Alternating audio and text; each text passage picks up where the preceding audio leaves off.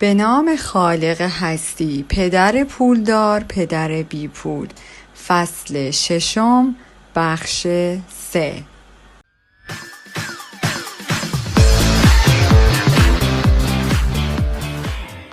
من الزاماً هیچ کدام از کارهایی که خودم انجام می دهم را به شما پیشنهاد نمی کنم. مثال هایی که از فعالیت های خودم زدم فقط مثال هستند. اگر فرصتی که برایم پیش می آید پیچیده باشد و نتوانم پیش بینی کنم که عاقبت سرمایه گذاریم چه می شود، از سرمایه گذاری خودداری می کنم. برای داشتن عملکرد مالی خوب، توانایی انجام محاسبات ساده و برخورداری از عقل سلیم کافی است. من برای آوردن مثالهایم 5 دلیل دارم. 1. اینکه افراد را تشویق کنم تا بیشتر یاد بگیرند. 2. اینکه افراد بدانند که اگر زیربنای کارشان محکم باشد، ثروتمند شدن آسان است. 3. اینکه هر کسی میتواند به ثروتی عظیم دست پیدا کند. 4. اینکه نشان بدهیم برای رسیدن به اهدافتان میلیون‌ها راه وجود دارد. 5. اینکه متوجه بشوید ثروتمند شدن کار شاقی نیست. سال 1989 صبحها در محوطه زیبا و دوست داشتنی که در پورتلند ایالت اورگان ورزش می کردم، آنجا ناحیه‌ای در حومه شهر بود که خانه‌هایی نقلی داشت که بامزه و کوچک بودند. حتی گاهی وقتها انتظار داشتم که شنل قرمزی را در پیاده روهای آنجا ببینم که دارد به خانه مادر بزرگش می رود. در آن حوالی تابلوهای فروش منزل همه جا به چشم می خوردن. وضعیت بازار چوب محلی افتضاح شده بود و بازار سهام هم به تازگی به هم ریخته بود و اقتصاد آنجا در دوران رکود به سر می برد. در یکی از خیابانها توجهم به تابلوی فروشی افتاد که بالاتر از سایر تابلوها قرار داشت و به نظر قدیمی می آمد. یک روز در حالی که داشتم ورزش می کردم به سمت صاحب آن خانه رفتم که به نظر گرفته می آمد. از او پرسیدم خانه‌ات را چند می فروشی؟ وی رویش را به طرف من برگرداند و لبخند کمرنگی زد و گفت به من یک قیمتی پیشنهاد کن. بیشتر از 1 سال است که خانه را برای فروش گذاشتم، اما هیچ کس نمی آید که نگاهی به آن بیندازد. به او گفتم من میخواهم یه نگاهی بیندازم و نیم ساعت بعد آن را به قیمت $20,000 کمتر از پیشنهاد مالک خریدم. آن خانه نقلی و بامزه با 2 اتاق خواب بود که روی تمامی پنجره‌هایش تزئینات کار شده بود. رنگ آن آبی روشن با تون خاکستری بود و در سال 1930 ساخته شده بود. داخل خانه یک شومینه زیبای سنگی با 2 اتاق خواب بود. این خانه برای اجاره دادن کاملا مناسب بود. من مبلغ $5,000 پیش پرداخت به صاحب خانه دادم. آن هم برای خانه هایی که قرار بود $45,000 بخرم و $65,000 می ارزید. البته کسی هم متقاضی خرید آن نبود. ظرف 1 هفته صاحب خانه از آنجا اساس کشی کرد و خوشحال بود که آزاد شده و اولین مستاجر من که در کالج محلی تدریس می کرد به آنجا اساس کشی کرد. پس از اینکه رهن خانه، سایر هزینه ها و مبلغ نگهداریش پرداخت شد، آخر هر ماه کمتر از $40 به جیبم می رفت که چندان هم خوشحال کننده نبود. 1 سال بعد بازار املاک کم رونق اورگان دوباره جان گرفت. سرمایه گذاران کالیفرنیایی با جیب‌های سرشار از پولشان که حاصل معاملاتشان در بازار املاک همچنان پر رونق کالیفرنیا بود به سمت شمال حرکت کردند و به خرید املاک در مناطق اورگان و واشنگتن کردند. آن خانه کوچک را به قیمت $95 به زوج جوانی اهل کالیفرنیا فروختم که فکر می‌کردند معامله بسیار خوبی نصیبشان شده است. ارزش مازاد سرمایه من که حدوداً $40,000 میشد، مشمول تأخیر مالیاتی 1031 قرار گرفت و من دنبال خرید ملک جدیدی رفتم تا آنجا سرمایه گذاری کنم. حدود 1 ماه بعد در بورتنو ایالت اورگان یک خانه آپارتمان 12 واحدی دقیقاً کنار محوطه شرکت اینتل پیدا کردم. مالکان آن در آلمان زندگی می کردند و اصلا اطلاعی از شرکت آن نداشتند و فقط می خواستند آن را از سرشان باز کنم. پیشنهاد قیمتی که من برای آن ملک دادم $275,000 بود، در حالی که آن ساختمان $450,000 می ارزید. آنها با $300,000 توافق کردند. آن را خریدم و 2 سال نگهش داشتم. با استفاده از قانون 1031 تأخیر مالیاتی ساختمان را به قیمت $495,000 فروختم و در فونیکس ایالت آریزونا ساختمان آپارتمانی 30 واحدی خریدم. برای خلاصی از رکود بازار ما هم به فونیکس نقل مکان کردیم و لازم بود به هر ترتیبی که شده اقدام به فروش کنیم. بازار املاک فونیکس هم مانند اورگان راکد بود. قیمت ساختمان آپارتمان 30 واحدی در فونیکس $875,000 بود با $225,000 پیش پرداخت. گردش سرمایه‌ای که از اجاره 30 واحد به دست می آوردم ماهیانه اندکی بیشتر از $5,000 بود. بازار آریزونا که کمی تکان خورد در سال 1996 یک سرمایه‌دار اهل کلودرو در ازای خرید آن ملک $2.1 میلیون به من پیشنهاد کرد.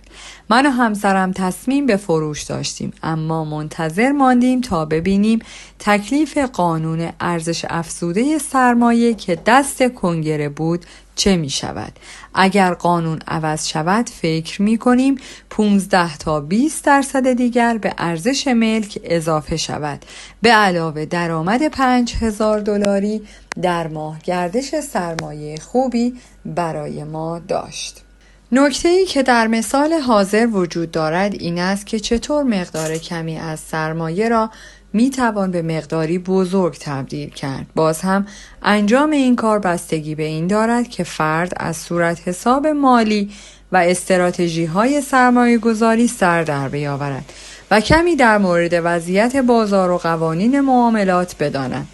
اگر افراد اطلاعاتی از این موارد نداشته باشد، آن وقت واضح است که باید از توصیه‌های خنک و قدیمی که میگویند محتاطانه رفتار کنید و چند جا سرمایه گذاری کنید و در جاهای امن سرمایه گذاری کنید پیروی کنید. مشکلی که سرمایه گذاری های امن دارند این است که اغلب آنها آنقدر امن شدند که سوددهیشان بسیار کم شده است. بیشتر بنگاه‌های بزرگ املاک طرف انجام معاملات قماری نمی روند تا بدین وسیله از منافع خود و مشتریانشان حمایت کرده باشند و این کار درستی است. معاملات واقعاً گرانبها به افراد تازه کار پیشنهاد نمی شود. غالباً بهترین معاملاتی که پولدارها را پولدارتر می کند را برای کسانی نگه می دارند که واقعاً از بازی سرمایه گذاری سر در می آورند. به لحاظ فنی پیشنهاد این معاملات به افرادی که خبره نیستند کاری غیر قانونی است، اما خب البته اتفاق می افتد.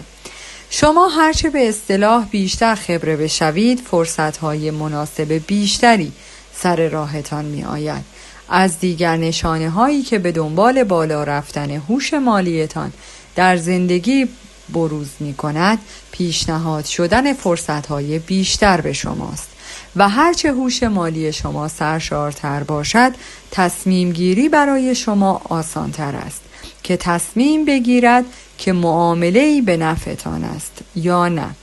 هوش شماست که در شناسایی معامله بد کمکتان می کند یا باعث می شود معامله بد را به نفع خودتان تمام کنید.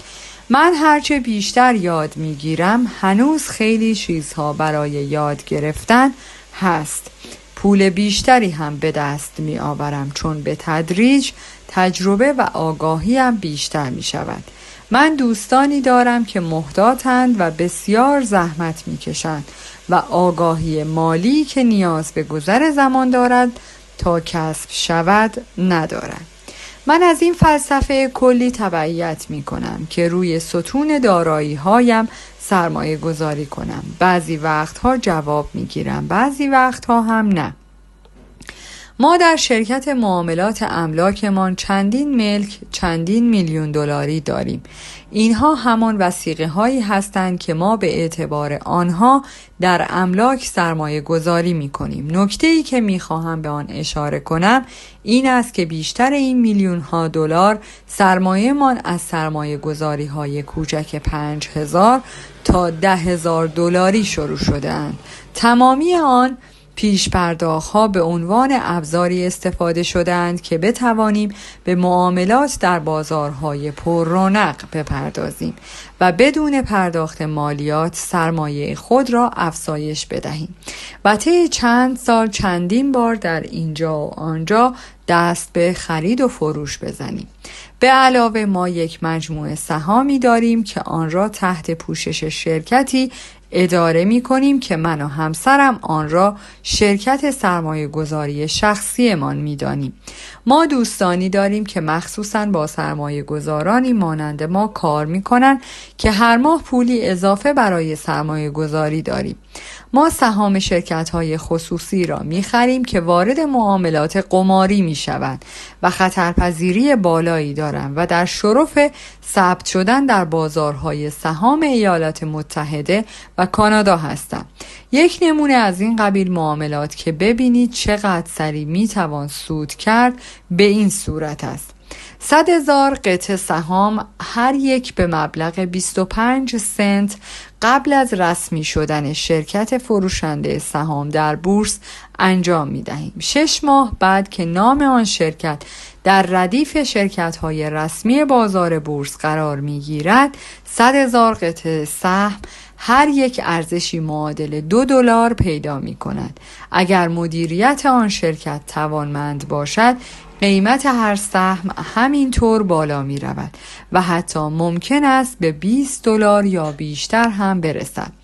بعضی وقتها اتفاق افتاده که سرمایه 25,000 دلاری اولیه ما از همین طریق در کمتر از 1 سال میلیونی شده است.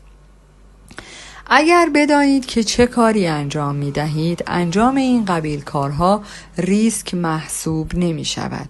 در صورتی که اگر پولتان را همینطور الله بختکی وارد معامله کنید و آن وقت دست به دعا بردارید، آن وقت خطر کرده اید. دست به هر کاری که می زنید، نکته اصلی این است که از دانش فنی، آگاهی و علاقه به بازی پول و ثروت استفاده کنید تا احتمالات ناخواسته را بی اثر کنید و از خطر معامله کم کنید. البته خطر همیشه هست. داشتن هوش مالی است که می تواند احتمالات را به نفع شما تغییر دهد. به همین دلیل است که در مقایسه ممکن است فلان معامله به نظر یکی آسان بیاید و به نظر دیگری نه. به همین خاطر است که مدام افراد را تشویق می کنیم تا بیشتر روی آموزش امور مالی سرمایه گذاری کنند تا بازار بورس و املاک و بازارهای دیگر هرچه هوشیارتر باشید شانس بیشتری برای بی اثر کردن عوامل خارج از کنترل دارید. بازارهای سهامی که من شخصا در آنها سرمایه گذاری می کنم برای بیشتر افراد خطرناکند و مطمئناً سرمایه گذاری در آنها را به کسی پیشنهاد نمی دهم. از سال 1979 به این طرف دست به کار معامله سهام‌های پرخطر شدم و بیشتر آن چیزی که به دست آورم را به عنوان بدهی پرداخت کردم. اما شاید اگر شما مطالبی را که در مورد علل خطرناک بودن این سهام‌ها نوشته‌ام را دوباره بخوانید، آن وقت بتوانید نقشه‌ای بریزید و بتوانید از این راه سود به جیب بزنید. همانطور که قبلا هم گفتم، امتحان هیچ یک از مثالهایی را که برای شما زدم را پیشنهاد نمی کنم. فقط سعی کردم تا نشان بدهم که انجام فلان کار چقدر می تواند راحت و مطمئن باشد. من دست به انجام معاملات کوچکی می زنم، با این وجود برای یک شخص با درآمد متوسط درآمد جانبی $100,000 در سال درآمد خوبی است که به دست آوردنش چندان هم سخت نیست. بسته به وضع بازار و بسته به اینکه شما چقدر باهوش باشید، ظرف 5 تا 10 سال می توانید در به دست آوردن این گونه درآمدها ماهر بشوید. اگر مخارج زندگیتان را در حد معقول نگه دارید، درآمد جانبی $100,000 در سال، صرف نظر از آنکه شما شاغل باشید یا نه، درآمد چشمگیری است. می توانید به انتخاب خودتان همچنان سخت کار کنید یا اینکه مدتی وقت صرف کنید تا یاد بگیرید چطور از سیستم مالیات دولتی به نفع خودتان استفاده کنید و نه برعکس. من اساس کارم را روی املاک گذاشتم. من به این دلیل به بازار املاک علاقه‌ام که این بازار ثابت است و تغییرات در آن به آهستگی اتفاق می‌افتد. سعی می‌کنم این زیربنا را حفظ کنم. گردش سرمایه‌ای که از املاک به دست می آورم آهنگ تقریبا ثابتی دارد و اگر مدیریت خوبی بر آن اعمال شود، شانس زیادی هست که ارزش گردش سرمایه بالا هم برود. نکته مثبتی که در انتخاب بازار املاک به عنوان زیربنای کار وجود دارد این است که می توانم در سایر سرمایه گذاری هایی که انجام می دهم دست به خطرپذیری بیشتری بزنم. اگر در بازار سهام سود زیاد نصیبم شود، ابتدا مالیات بر ارزش افزوده سرمایه ام را می پردازم و سپس سودی را که برایم باقی مانده است را در بازار املاک مجدداً سرمایه گذاری می کنم و به این ترتیب باز هم زیربنای دارایی هایم را محکم تر می کنم. آخرین نکته در مورد املاک را به شما می گویم. من به سراسر کشورهای جهان سفر کردم و به افراد آموزش سرمایه گذاری دادم. در همه شهرهای مختلفی که بودم ندیدم که مردم بگویند اینجا خریدن ملک ارزان ممکن نیست. من که همچین چیزی را ندیدم. چیزی در نیویورک و تورنتو یا در حومه شهرها معاملات ارزان و به صرفه‌ای هستند که بسیاری از افراد متوجهشان نمی شوند. در سنگاپور که در حال حاضر قیمت املاک در آن بسیار بالا رفته است، هنوز هم می توان با کمی رانندگی و دور شدن از مرکز شهر موارد ارزانی برای معامله پیدا کرد. بنابراین هر وقت میشنوم که کسی میگوید اینجا نمیشود ملک ارزان پیدا کرد، جمله اش را تصحیح میکنم و میگویم هنوز نمیدانم چطور میشود اینجا ملک ارزان پیدا کرد. فرصت‌های بزرگ را نمیتوان با چشم دید، بلکه باید با استفاده از فکرتان آنها را پیدا کنید. اگر بسیاری از افراد پولدار نمیشوند به خاطر این است که به لحاظ مالی آموزش ندیدند تا فرصت‌هایی را که دقیقاً جلوی چشمشان است ببینند. بسیاری از من میپرسند چگونه باید شروع کرد. من در فصل آخر 10 گام را برایتان توضیح می دهم که خودم برای رهاسازی مالیم آنها را در پیش گرفتم. یادتان باشد که در راه کسب موفقیت، ثروت همیشه باید به شما خوش بگذرد. پول درآوردن فقط یک بازی است. بعضی وقتها میبرید و بعضی وقتها یاد میگیرید. در هر صورت به شما خوش میگذرد. خیلی از افراد چون بیشتر از باختن میترسند هرگز برنده نمیشوند. مدرسه هم به همین دلیل به نظرم احمقانه میآید. در مدرسه به بچه‌ها یاد میدهند که اشتباه کردن بد است و اگر اشتباه کنی به خاطرش تنبیه میشوی. با این وجود انسان با اشتباه کردن است که یاد میگیرد. با زمین خوردن راه رفتن را یاد میگیریم. اگر هیچ وقت زمین نمیخوردیم که هرگز راه رفتن را یاد نمیگرفتیم. دوچرخه سواری کردن هم همین طور است. هنوز هم روی زانوهای من جای زخم مانده، اما امروز می توانم بدون اینکه نیازی به فکر کردن داشته باشم دوچرخه برانم. ثروتمند شدن هم همین طور است. متاسفانه دلیل اصلی که افراد زیادی ثروتمند نمی شوند این است که آنها از ضرر کردن می ترسند. آنهایی که برنده می شوند ترسی از باخت ندارند، اما بازنده ها چرا؟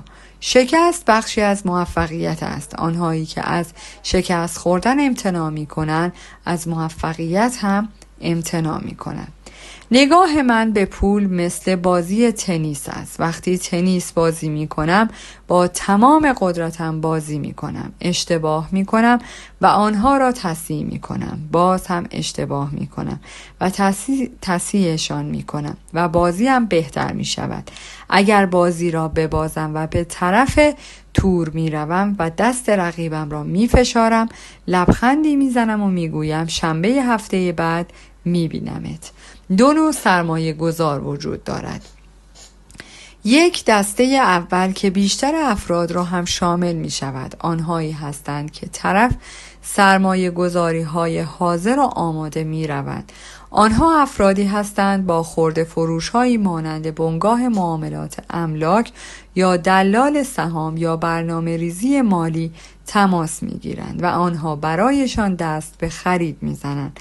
مثلا برایشان در شرکت های سرمایه گذاری یا مؤسسه های امانی سرمایه گذاری می کنند یا اوراق قرضه و سهام برایشان می خرند. به نظرشان این روش سرمایه گذاری مطمئن‌تر و تمیز و ساده است. این کار شبیه این است که خریداری به فروشگاه کامپیوتر برود و یک دستگاه کامپیوتر را از قفسه انتخاب کند و بخرد. نوع دوم سرمایه گذاری ها آنهایی هستند که سرمایه گذاری می سازند. این افراد معمولاً اجزای یک معامله را سوار هم می کنند. کارشان بیشتر شبیه آنهایی است که قطعات یک کامپیوتر را می خرند و آنها را در کنار هم می چینند. این کار شبیه شخصی سازی کامپیوتر است. من نمیدانم برای سوار کردن قطعات یک کامپیوتر از کجا باید شروع کرد، اما میدانم اجزای یک فرصت مالی را چطور کنار هم قرار داد یا افرادی را میشناسم که میدانند چطور باید این کار را کرد. احتمالاً نوع دوم سرمایه گذاری ها حرفه‌ای هستند. شاید بعضی وقتها سالها طول بکشد تا بتوان یاد گرفت که چگونه باید اجزای فرصتی را که کنار هم چید. گاهی وقتها هم اصلاً نمیتوان اجزای فرصت ها را با هم جور کرد. پدر پولدارم تشویقم میکرد که من از نوع دوم سرمایه گذاری ها باشم. یادگیری کنار هم چیدن اجزای فرصت ها بسیار مهم است، زیرا موفقیت های بزرگ به همین عامل بستگی دارد و حتی بعضی وقتها اگر اوضاع در جهت خلاف خواسته ما پیش برود، از همین ناحیه بزرگترین ضررها هم ممکن است متوجه شما شود. اگر می‌خواهید از دسته دوم سرمایه گذاری ها باشید، بایستی 3 مهارت اصلی را در خودتان پرورش دهید. این مهارت ها علاوه بر آنهایی هستند که برای کسب هوش مالی بایستی داشته باشید. 1. مهارت یافتن فرصت هایی که دیگران متوجهش نمی شوند. شما فرصتی را که دیگران با چشمشان نمی بینند با استفاده از فکرتان تشخیص می دهید. به عنوان نمونه، یکی از دوستان خانه قدیمی و کلنگی را خریده بود که آدم می ترسید به آن نگاه کند. همه ما از این خرید او تعجب کرده بودیم. نکته‌ای که وی در مورد این خانه می‌دانست و ما نمی‌دانستیم این بود که خانه به علاوه 4 قطعه زمین دیگر فروخته می‌شد. وی با مراجعه به شرکت مالک خانه متوجه این موضوع شده بود. وی آن را خراب کرد و 5 قطعه زمین را به قیمت 3 برابر کل قیمتی که برای خرد داده بود فروخت. وی در ازای 2 ماه کار $75,000 گیر آورد. اگر چه این مقدار مبلغ زیادی نیست، اما مطمئناً از متوسط حقوق ماهیانه بیشتر است. به علاوه به دست آوردنش از نظر فنی هم کار مشکلی نیست. 2. مهارت فراهم کردن پول. یک فرد متوسط الحال صرفاً به بانک مراجعه می کند تا پول فراهم کند. یک فرد سرمایه گذار از نوع دوم بایستی بداند چطور پول جمع کند. برای این کار راه‌های بسیاری هم هست که نیازی به بانک ندارد. در شروع کارم یاد گرفتم که چگونه بدون کمک گرفتن از بانک خانه بخرم. این وسط خانه هایی که می خریدم مهم نبودند، بلکه یاد گرفتن مهارت فراهم آوردن پول تجربه‌ای بود که نمی‌شد قیمتی رویش گذاشت. خیلی وقتها پیش می آید که از افراد مختلفی این را می شنوم که بانک به من وام نمی دهد. من پول برای خرید فلان چیز ندارم. اگر می خواهید سرمایه گذاری از نوع دوم باشد، بایستی یاد بگیرید که چطور همان کاری را بیشتر افراد از انجامش امتناع می کنند انجام بدهید. بسیاری از افراد به بهانه کمبود پول از انجام معامله امتناع می کنند. اگر شما بتوانید به این مشکل غلبه کنید، نسبت به میلیون ها نفر دیگر که نسبت به این کار مهارتی ندارند جلوتر هستید. بارها شده است که من سهام یک ساختمان آپارتمانی را بدون اینکه یک پنی در بانک داشته باشم خریدم.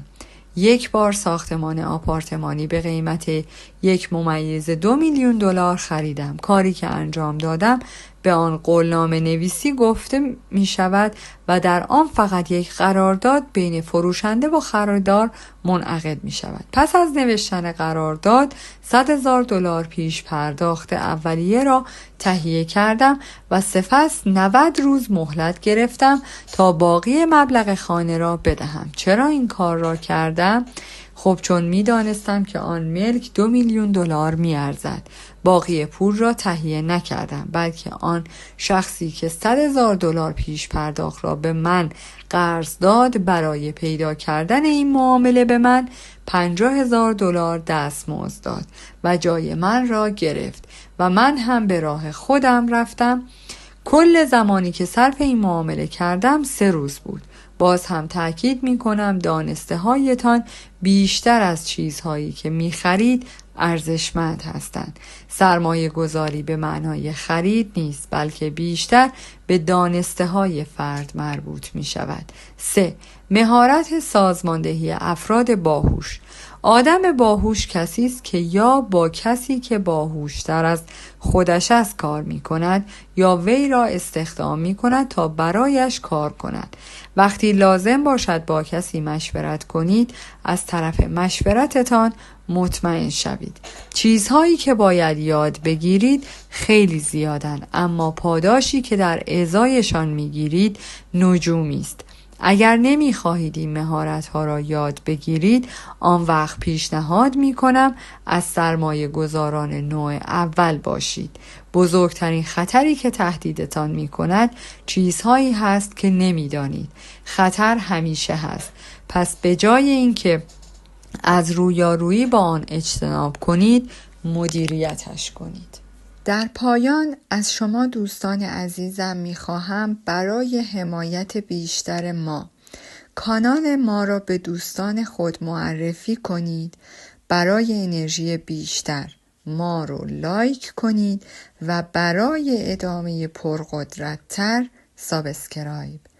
تا درودی دیگر، درود و 200 بدرود.